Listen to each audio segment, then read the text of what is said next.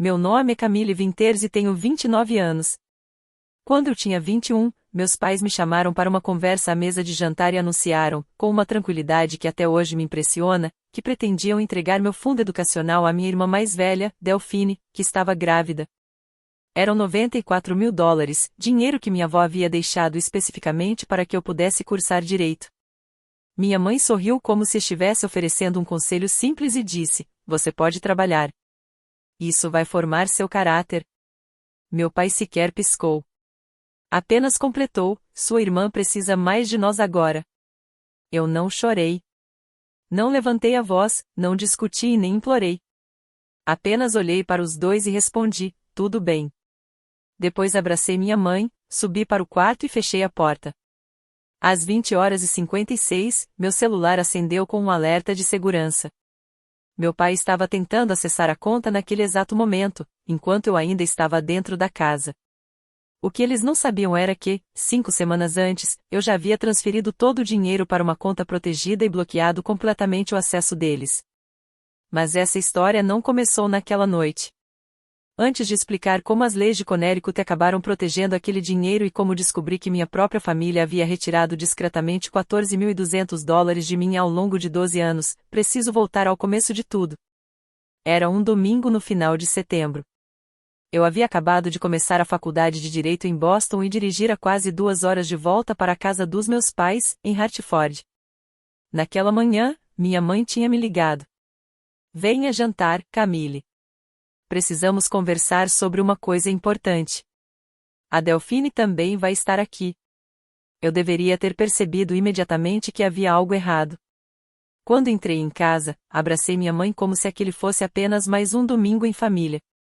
O perfume dela era exatamente o mesmo de sempre, misturado ao cheiro do assado que vinha da cozinha. Por fora, tentei parecer tranquila. Por dentro, meu estômago estava completamente embrulhado. Durante toda a viagem, uma pasta azul marinho permaneceu escondida sob um suéter no banco do passageiro. Eu havia levado aquela pasta comigo por um motivo. Também não conseguia parar de pensar em uma mensagem que minha mãe tinha enviado um mês antes: "Esse dinheiro é para a família." Segurei o volante com tanta força que meus dedos ficaram brancos. Eu ainda não estava com raiva. Mas já estava preparada. Assim que entrei na sala, percebi que Delphine estava sentada no sofá com os olhos vermelhos. Minha mãe preparava justamente a comida favorita dela, e não a minha. Meu pai também não estava em sua cadeira de costume. Pequenos detalhes, mas todos juntos formavam uma sensação incômoda de que aquela noite não seria normal. O jantar começou de maneira estranha, cheio de silêncios e conversas forçadas. Em determinado momento, notei que o anel de noivado de Delphine havia desaparecido. Então meu pai colocou o guardanapo sobre a mesa e finalmente falou: "Sua irmã está grávida de 5 meses. O noivo perdeu o emprego. O casamento foi cancelado. Ela precisa da nossa ajuda." Ele fez uma pausa. "Por isso, decidimos transferir seu fundo educacional para Delphine." Não era uma pergunta. Eles já haviam tomado a decisão. Aquele era o dinheiro que minha avó havia deixado para mim. $94.000 destinados à minha educação e, principalmente, ao meu futuro. Meu pai continuou, como se estivesse explicando uma solução perfeitamente razoável. "Você já está na faculdade. Pode conseguir empréstimos. Pode trabalhar. Vai dar um jeito." Minha mãe imediatamente entrou na conversa com aquela frase que eu já conhecia tão bem. "Você sempre foi tão capaz, tão independente. A Delphine não pode trabalhar agora. Você consegue superar isso." Então ela repetiu, quase como se fosse uma justificativa definitiva: "É isso que uma família faz." Delphine começou a chorar e disse que sentia muito. Mas havia uma coisa curiosa: em nenhum momento ela disse que não queria o dinheiro. Em nenhum momento sugeriu que encontrassem outra solução. Ela simplesmente aceitou. E, enquanto observava minha irmã enxugar as lágrimas, comecei a lembrar de todas as situações anteriores. Não era a primeira vez que eu era tratada como a filha que sempre poderia abrir mão de alguma coisa. Durante anos, eu havia percebido o mesmo padrão se repetindo: quando Delphine precisava de algo, esperavam que eu cedesse. Quando ela cometia um erro, alguém encontrava uma desculpa. Quando eu conquistava alguma coisa, diziam que eu não precisava tanto quanto ela. Naquela noite, porém, eles cometeram um erro que ainda não tinham percebido. Eles presumiram que eu continuava sendo a mesma garota de 21 anos que simplesmente aceitava tudo em silêncio. Só que, 5 semanas antes daquele jantar, eu havia começado a descobrir exatamente quem tinha acesso ao meu dinheiro, quais eram meus direitos e o que minha avó realmente havia deixado registrado. E dessa vez, eu não pretendia abrir mão de nada. Eu comecei a lembrar de tudo o que havia acontecido antes. O acidente de carro de Delphine, quando eu tinha apenas 9 anos, $6.000 retirados do meu fundo. Depois veio o semestre dela em uma universidade estadual, que ela nem chegou a concluir, mais $19.000. Alguns anos depois, houve o depósito do casamento, que desapareceu sem explicação, outros $9.000. Era sempre a mesma lógica. Quando Delphine precisava de alguma coisa, alguém dizia que era uma emergência. E, de alguma forma, eu sempre acabava pagando a conta. A Camille aguenta. Ela é responsável. Ela vai entender. Aos poucos, minha capacidade de suportar tudo havia se transformado, aos olhos deles, em uma obrigação. Naquela noite, porém, eu simplesmente me levantei da mesa. Não gritei. Não chorei. Não fiz um discurso. Apenas disse uma palavra. Tudo bem. Meus pais ficaram visivelmente surpresos. Eles haviam se preparado para uma discussão, talvez para lágrimas ou acusações.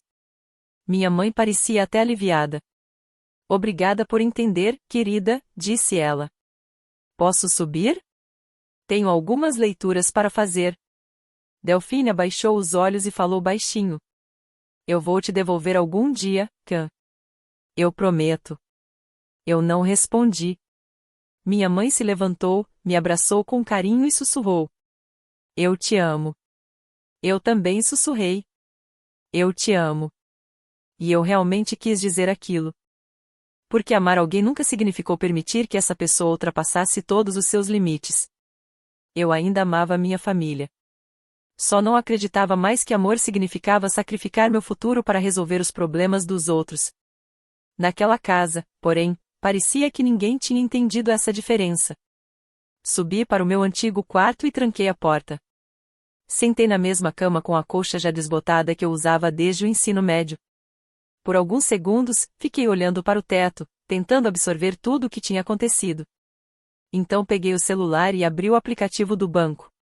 Saldo, $94.612,40. Fiquei olhando para aqueles números por alguns segundos. Isso é meu, sussurrei para o quarto vazio. Pela primeira vez, aquelas palavras pareceram verdadeiras não apenas no sentido legal, mas também dentro de mim. Durante anos, eu havia me enxergado como o plano B da família. A pessoa que resolveria as emergências, cobriria os prejuízos e abriria mão dos próprios sonhos quando alguém precisasse. Mas aquilo tinha acabado. Eu não era mais o plano de reserva. Eu era o meu próprio plano. Às 20h56, meu celular vibrou novamente sobre minha perna. Alerta de segurança, tentativa de acesso não autorizada. Dispositivo não reconhecido.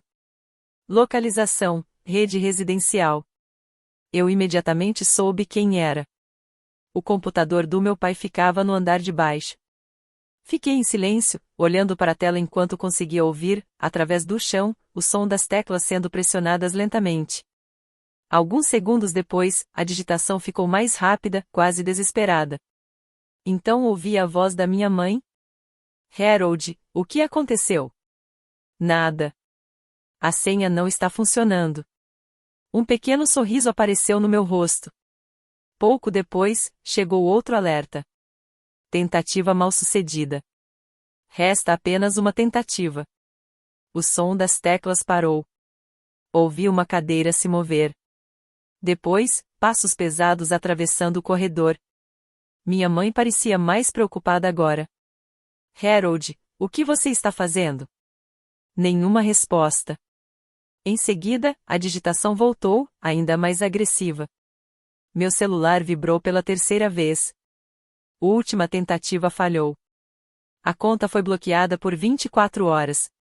Então ouvi a voz do meu pai, agora completamente diferente. Não havia mais calma nem aquela postura de homem que acreditava estar no controle. O que você quer dizer com eu não posso acessar a conta? Eu vou ligar para o banco. Era pouco depois das 9 da noite. O atendimento ao cliente já estava encerrado. Mesmo assim, ele pegou o telefone. Ouvi o sinal da chamada e, depois, a voz automática do sistema. A cada segundo, sua irritação aumentava. Então minha mãe falou mais baixo. Talvez a Camille saiba de alguma coisa. Houve uma pausa. Ela é a titular da conta agora, não é? Desde que completou 21 anos.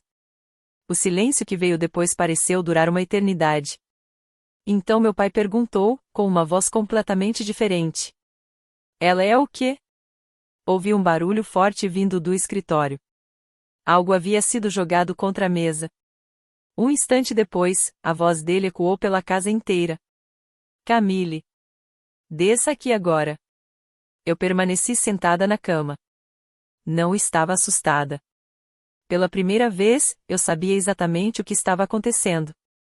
Eles finalmente haviam descoberto que o dinheiro que consideravam disponível para a família nunca deixou de ser meu. E, pela primeira vez, eu estava pronta para deixá-los lidar com as consequências. Alisei a calça jeans, respirei fundo e contei mentalmente até 10 antes de sair do quarto. Eu não queria descer nervosa, porque sabia que, naquele momento, qualquer reação emocional seria usada contra mim. Então abri a porta, desci as escadas devagar e entrei na sala com a maior calma que consegui reunir. Meu pai estava com um rosto vermelho. Minha mãe parecia completamente abalada. Delphine permanecia parada perto da porta, sem saber se entrava ou saía. Meu pai foi direto ao ponto. O que você fez?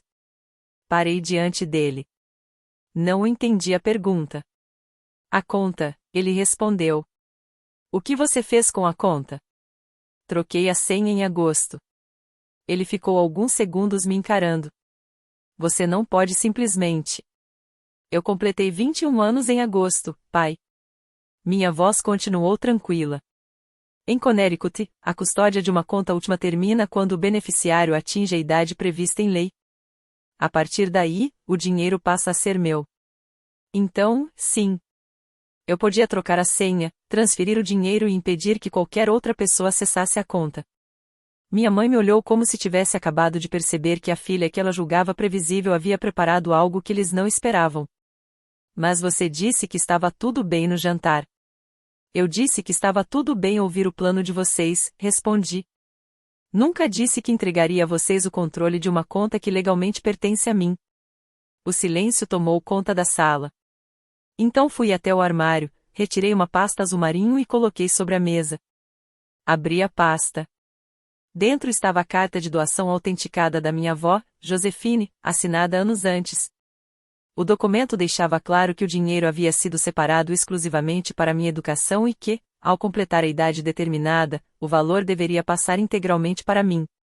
Coloquei outro documento sobre a mesa. Era uma cópia impressa da legislação de Connecticut que se aplicava à situação, com os trechos relevantes destacados. Por fim, coloquei a confirmação escrita do banco mostrando que a transferência já havia sido concluída. Meu pai pegou os documentos e começou a ler. A expressão no rosto dele mudou lentamente. Minha mãe quase sussurrou. Você planejou tudo isso? Balancei a cabeça. Eu me preparei para uma possibilidade. Olhei diretamente para ela. Vocês é que transformaram essa possibilidade em realidade. Havia uma parte importante que eu não contei naquela noite. Eu já sabia de um e-mail que meu pai havia enviado ao banco anos antes. Na mensagem, ele perguntava se poderia utilizar o dinheiro da minha conta para cobrir uma suposta emergência familiar. O banco havia respondido claramente que não. Mesmo assim, depois daquela resposta, algumas movimentações continuaram aparecendo. Eu ainda não sabia exatamente quanto havia sido retirado. Ainda não tinha chegado ao número de $14.200. Mas estava começando a entender que aquilo não era apenas uma discussão sobre meu fundo educacional. Havia uma história muito maior escondida atrás daquela conta. E, para entendê-la, eu precisava voltar alguns anos. Quando eu tinha 8 anos, Delphine começou a fazer aulas de piano. Eu também queria participar de uma atividade extracurricular e pedi para fazer aulas de arte. Minha mãe respondeu que teríamos que esperar. Delphine precisa de mais apoio agora. Você está indo muito bem sozinha. Na época, aceitei aquilo como uma simples decisão dos meus pais. Aos 9 anos, porém, comecei a perceber que havia coisas que eles não me contavam. Uma noite, eu estava sentada na escada depois do horário de dormir quando ouvi meus pais conversando em voz baixa sobre o acidente de carro da minha irmã. O veículo havia sido destruído, e minha avó tinha deixado uma conta destinada a determinadas despesas da família. Não ouvi toda a conversa. Na manhã seguinte, ninguém mencionou o assunto. Mas eu nunca esqueci.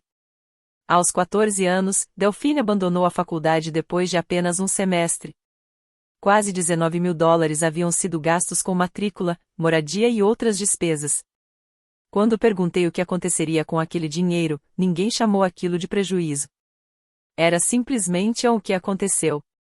Aos 16, outra coisa chamou minha atenção. Um depósito destinado ao casamento de Delphine desapareceu de uma conta conjunta que meus pais chamavam de fundo para emergências. Foi exatamente no mesmo período em que eu pedi ajuda para pagar um curso de preparação para o SAT. A resposta que recebi foi simples. Você pode usar materiais gratuitos. O casamento da minha irmã era tratado como uma prioridade. Minha preparação para o futuro parecia sempre poder esperar. Foi naquele ano que comecei a guardar tudo. Criei, em segredo, um arquivo no meu computador chamado Histórico Financeiro da Família. Eu salvava capturas de tela de alertas bancários, e-mails, comprovantes e conversas que pareciam insignificantes naquele momento. Não tinha certeza de por que estava fazendo aquilo.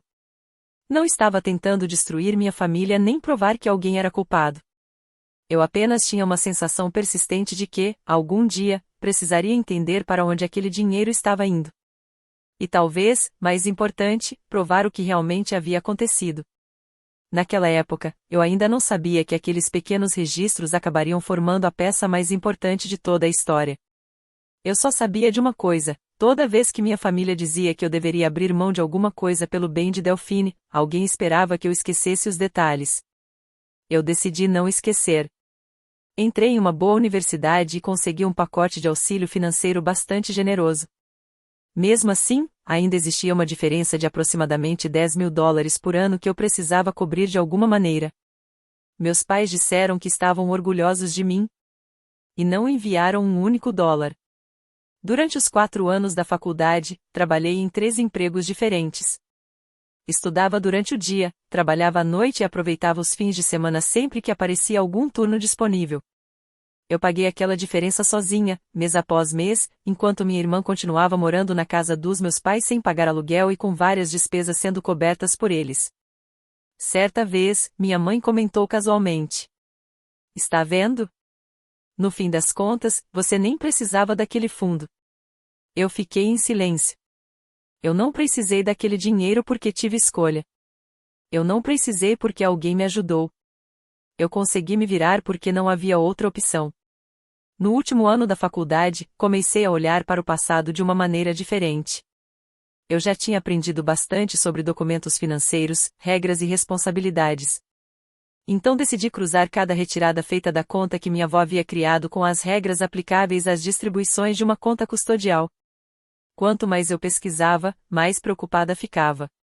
Muitas das retiradas não pareciam ter sido feitas para meu benefício direto. Algumas estavam descritas como despesas médicas ou educacionais, mas os detalhes não correspondiam ao que eu sabia que havia acontecido. Eu também descobri que determinadas movimentações poderiam gerar consequências sérias se fossem consideradas incompatíveis com as regras da conta. Imprimi as informações relevantes e coloquei tudo no fundo da minha pasta azul marinho. Eu não pretendia usar aquilo contra minha família. Mas queria ter uma última opção caso alguém tentasse novamente controlar aquilo que pertencia a mim.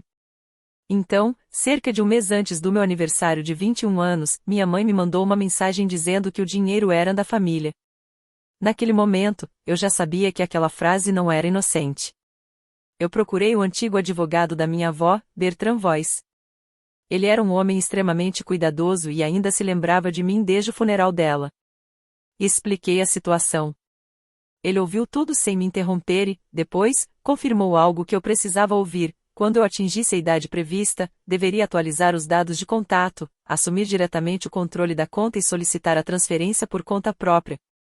Ele também me orientou a garantir que ninguém além de mim tivesse acesso às credenciais. Eu segui cada orientação. Troquei a senha por uma combinação longa e exclusiva. Ativei a autenticação em 2 fatores somente no meu próprio celular. Configurei alertas para qualquer tentativa de login, movimentação ou alteração cadastral. Foi exatamente por isso que, naquela noite de setembro, eu consegui acompanhar em tempo real cada tentativa frustrada de acesso. O que meus pais acreditavam ser uma conta que ainda estava sob controle deles havia, na verdade, deixado de estar disponível muito antes daquele jantar. Depois daquela noite, eu não voltei imediatamente para casa. Passei quase 2 meses completamente concentrada na faculdade.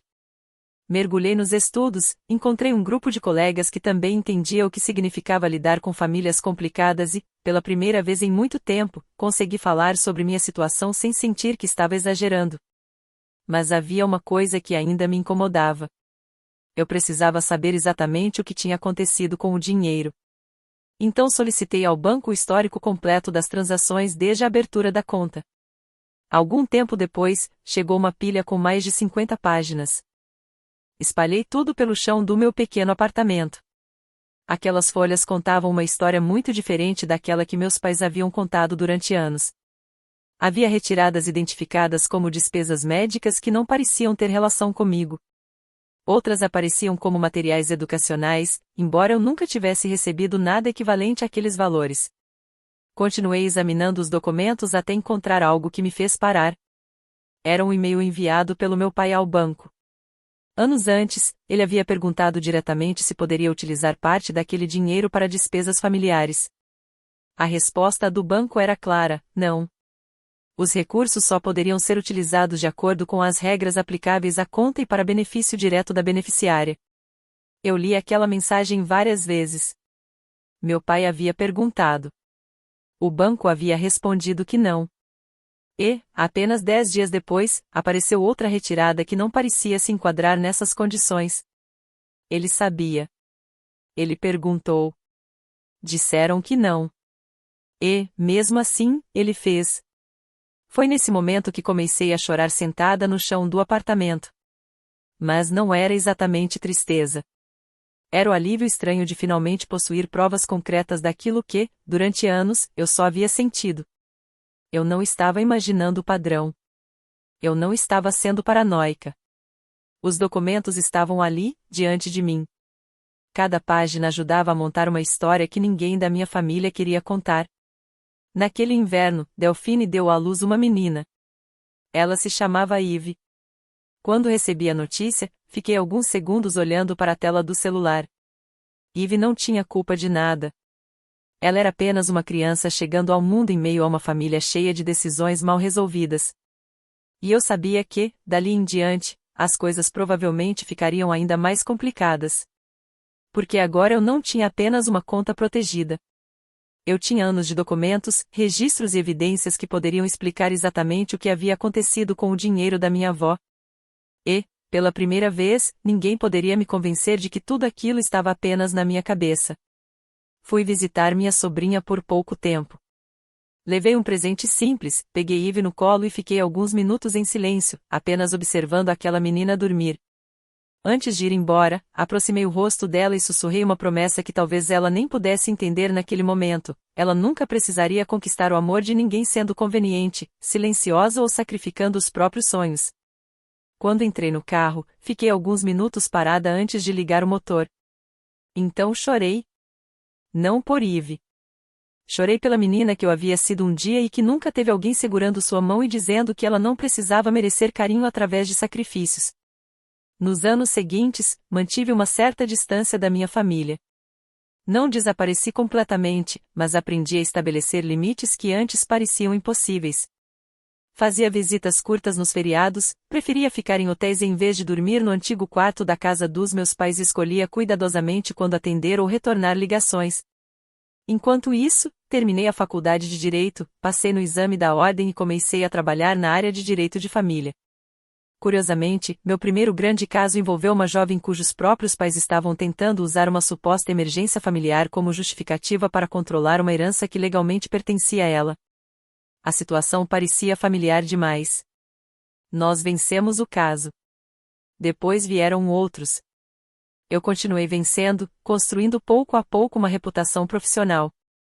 Alguns anos mais tarde, meu nome apareceu em uma pequena publicação jurídica que destacava novos profissionais da área. O artigo mencionava meu alto índice de vitórias e o trabalho envolvendo milhões de dólares em patrimônios que haviam sido protegidos de familiares tentando obter aquilo que não lhes pertencia legalmente. Minha mãe encontrou o artigo. Pouco depois, ela me ligou. A voz dela tremia. Ela perguntou se poderíamos nos encontrar pessoalmente. Aceitei. Marcamos em uma cafeteria pequena, numa esquina movimentada. Quando cheguei, 3 cafés já estavam sobre a mesa. Meu pai estava sentado diante da janela. Ele parecia menor do que eu lembrava. Mais velho também. Os cabelos estavam muito mais grisalhos, e havia um cansaço no rosto que eu nunca tinha percebido quando era mais jovem. Depois de alguns minutos de silêncio, ele finalmente falou. Nós não sabíamos que isso machucaria você desse jeito. Eu respirei fundo. Ele continuou. Achávamos que você era forte o suficiente para entender. Olhei para ele. Eu era forte o suficiente. Fiz uma pausa. Esse sempre foi o problema. Minha mãe abaixou os olhos. Eu era forte o suficiente para perceber exatamente o que vocês estavam fazendo. Forte o suficiente para trocar a senha 5 semanas antes. Forte o suficiente para proteger o dinheiro que minha avó deixou para mim. E forte o suficiente para construir uma vida inteira sem precisar da aprovação de vocês. Minha mãe começou a chorar em silêncio. Depois de alguns minutos, ela finalmente admitiu algo que eu já suspeitava havia muito tempo. Eles haviam usado praticamente todas as reservas que tinham para ajudar Delphine. Primeiro pagaram suas despesas, depois cobriram seus problemas financeiros, depois tentaram resolver as consequências de suas decisões. E, quando os recursos deles começaram a acabar, voltaram os olhos para o meu dinheiro. Não porque eu fosse menos importante. Mas porque, na cabeça deles, eu sempre seria a filha que encontraria uma maneira de sobreviver. Peguei meu celular e mostrei ao meu pai uma cópia da antiga troca de e-mails com o banco. A mensagem dele. A resposta do banco recusando o pedido. E, 10 dias depois, a retirada que não deveria ter acontecido. Ele leu tudo sem dizer uma palavra. Seu rosto perdeu a cor. Antes que alguém pudesse continuar a conversa, Delphine apareceu sem avisar, carregando Eve no colo. Ela tinha descoberto o valor real das movimentações apenas no dia anterior. Ficou alguns segundos parada, olhando para mim. Então admitiu. Eu nunca fiz as perguntas que deveria ter feito. Ela respirou fundo. Talvez porque eu tivesse medo das respostas. Meu pai ficou visivelmente desconfortável. Sentindo-se encurralado, começou a falar sobre advogados e chegou a mencionar a possibilidade de me processar por difamação. Eu não levantei a voz. Apenas desbloqueei o celular novamente. Eu já havia preparado uma estimativa conservadora das possíveis consequências financeiras relacionadas às movimentações que poderiam ser questionadas em uma eventual auditoria, incluindo penalidades e juros que poderiam chegar a alguns milhares de dólares, dependendo da análise oficial. Coloquei o telefone sobre a mesa. Ninguém disse nada. Pela primeira vez em muitos anos, não havia uma frase pronta para justificar aquilo. Nenhuma você é forte. Nenhuma é isso que uma família faz. Nenhuma sua irmã precisa mais. Só silêncio. Então eu falei com toda a calma que consegui. Eu não preciso do dinheiro de vocês. Tenho um bom emprego. Tenho meu apartamento, minhas economias e construí minha própria estabilidade. Olhei para cada um deles. O que eu preciso é de honestidade. E preciso ter o direito de decidir que tipo de relacionamento quero ter daqui para frente. Minha mãe estendeu a mão por cima da mesa. Eu deixei que ela segurasse a minha. Mas não a apertei de volta. Não era uma rejeição cruel. Era apenas um limite. Eu ainda não estava pronta para fingir que tudo tinha sido perdoado. Nesse momento, Eve olhou para mim. Ela estava quieta no colo da mãe e parecia muito mais interessada em descobrir quem eu era do que em entender qualquer coisa sobre dinheiro. Então perguntou: Você é mesmo advogada? Não consegui evitar um pequeno sorriso. Alguma coisa dentro de mim amoleceu naquele instante. Sou, sim. Ela sorriu. E, por alguns segundos, todo o peso daquela conversa pareceu desaparecer. Olhei para Delphine. Vou mandar cartões para ela nos aniversários. E, se você quiser, podemos almoçar algum dia. Só nós duas. Você, eu e Eve. Minha irmã ficou em silêncio por um instante. Depois sorriu discretamente. Eu gostaria disso. Não saí daquela cafeteria com uma família perfeitamente reconstruída. Também não saí acreditando que algumas palavras poderiam apagar anos de favoritismo, segredos e decisões injustas. Mas saí com algo que nunca havia tido antes. A liberdade de escolher até onde aquele relacionamento poderia ir. E, pela primeira vez, ninguém estava escolhendo por mim. Meu pai ainda tentou uma última vez justificar tudo. Nós achávamos que estávamos protegendo a família. Olhei para ele e respondi com calma. Vocês estavam protegendo a Delphine. Fiz uma pausa antes de completar. E, para fazer isso, sacrificaram a mim. Essas duas coisas não são iguais. Não havia mais nada que eu precisasse provar naquela mesa. Levantei-me e saí da cafeteria. Lá fora, o ar estava frio. Caminhei até meu carro sem abraços, sem lágrimas e sem olhar para trás. E, estranhamente, eu me sentia mais leve. Durante muito tempo, as pessoas perguntaram se eu havia perdoado meus pais. Mas talvez essa nunca tenha sido a pergunta certa. Perdão não deveria significar ficar esperando alguém mudar para que você finalmente possa seguir em frente. Eu não estava esperando meus pais reconhecerem meu valor. Não estava esperando um pedido perfeito de desculpas. E, principalmente, não estava esperando que eles me devolvessem os anos que haviam sido marcados por decisões que eu não escolhi. Eu estava construindo. Construindo uma carreira. Construindo minha independência. Construindo uma vida em que eu pudesse ajudar outras pessoas a se protegerem justamente daqueles que deveriam ter sido os primeiros a protegê-las. Com o tempo, percebi que minha história havia transformado a maneira como eu enxergava meu trabalho. Cada caso que eu conseguia resolver era mais do que uma vitória profissional. Era um lembrete de que estabelecer limites não significa ser cruel. Às vezes, estabelecer limites é a única maneira de sobreviver emocionalmente e preservar aquilo que levou anos para construir. Também aprendi que ser a pessoa responsável da família não significa ser a pessoa que deve abrir mão de tudo. Ser forte não significa ser explorada. Ser generosa não significa permitir abusos. E ser a filha que sempre consegue se virar não transforma ninguém em alguém descartável. Na verdade, foi justamente a minha capacidade de seguir em frente que me deu forças para mudar minha vida. A carta da minha avó Josefine ainda está emoldurada na parede do meu escritório. Coloquei-a em um lugar onde posso vê-la todos os dias. Ao lado dela, guardo uma cópia da antiga estimativa das possíveis penalidades que eu havia preparado. Nunca precisei enviá-la. Nunca precisei usá-la como ameaça. Ela está ali por outro motivo. Não para me lembrar de vingança. Para me lembrar de clareza. Aquela pasta azul marinho, aqueles documentos, os extratos e até aquela antiga carta da minha avó me ensinaram uma coisa que demorei anos para compreender: às vezes, proteger a si mesma é a decisão mais difícil e mais necessária que você pode tomar. Eu não destruí minha família. Eu simplesmente parei de permitir que eles destruíssem a mim. E, olhando para trás, não me arrependo nem por um segundo. Se essa história fez você lembrar de alguma situação em que precisou aprender a estabelecer limites, conte nos comentários de qual cidade ou país você está acompanhando. É sempre interessante perceber até onde essas histórias chegam e quantas pessoas diferentes se identificam com elas. Obrigada por ficar comigo até o final, por ouvir minha história e por todo o apoio. Se você gosta de histórias sobre família, recomeços, justiça e pessoas que encontram forças para reconstruir a própria vida, acompanhe os próximos relatos. Ainda muitas histórias pela frente. Até a próxima! Cuide de você, respeite seus próprios limites e nunca se esqueça: ser uma pessoa boa não significa permitir que os outros ultrapassem todos os seus limites.